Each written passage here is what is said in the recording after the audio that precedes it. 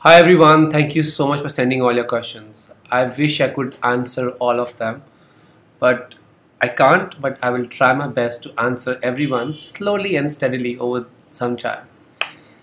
I'm Vikas Khanna, and all your love and support brings me to life, brings all my work to life. All your love and support brought Return to the Rivers to life. If it was not for you, I possibly would have never conceived such a huge project and done it so beautifully. Because I knew that it will be one day, not too far, when you'll be holding the project and you'll feel part of it, you'll feel connected to it. My first question here is a shout out to Team Vikas. Daksha Awards. Hi Daksha, and a big shout out to Team Vikas. I can't thank you guys enough. You guys have made me so proud and supported me, encouraged me every time when I was down. Whenever I was launching a new project, a new show is coming out, a new book is coming out, a new way we are doing at Janoon, something new. But your support has been tremendous and so organic and so consistent. And it is like the rising sun, that it's always going to be there. It's like a promise. And thank you for keeping all your promises. I love you all very, very much. I have a question from Ginny Binde. What inspired you to write a book on the Great Himalayas? As a child, my grandmother used to have this small temple at home, which had this image of Shiva. And on the backdrop was the great splendor of Himalayas, snow-covered, like almost invincible. And every time I look at them, I would always tell my grandmother, this is a place where gods are born and those beautiful birds soared. And I would always keep looking at it because there was something very mystical, something very sacred, spiritual about them. At the same time, they were so beautiful in their own simplicity. And I think you always fall in love with something which is so simple.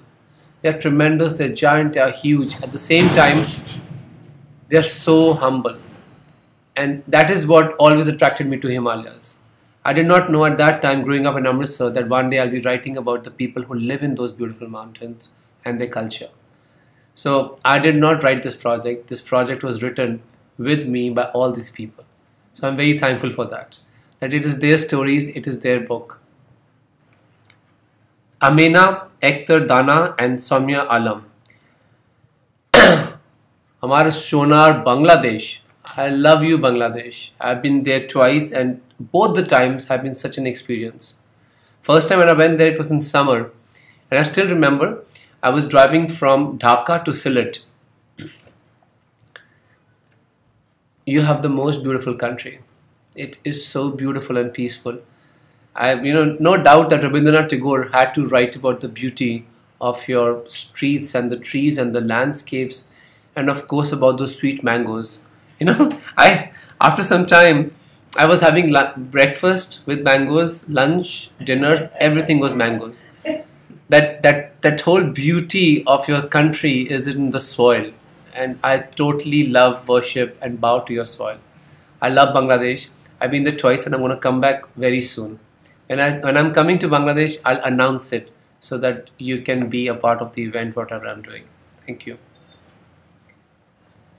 Mary Afroz Tony, hi, how are you? I retweet you all the time and you know that.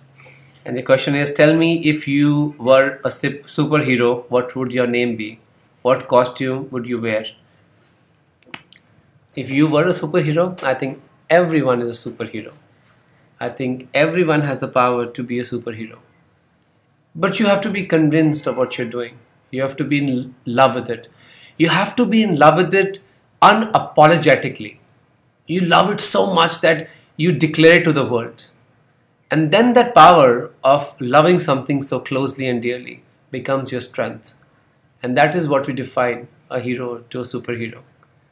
I think cooking was something which defined me. And if I was a superhero, I'll call myself Bawarchi even then. Initially, I felt sometimes in my life that it was a derogatory word when people would use Bawarchi for me. But later I started feeling pride in it because the name got a new identity. It was attached to my name. So it was that love, the unapologetic love. When you love something so closely and dearly, it was that kind of love for being a Bawarchi. And I continued, pursued, fought all the odds, and right here sitting in front of you and telling you that you're a superhero too. everyone is a superhero for me. I think look at the moms, the strength of a mother. Isn't she a superhero? But the beauty is that her name is much bigger than superhero. So I think the simplicity of loving something as a profession, as a passion or people is what we define superheroes.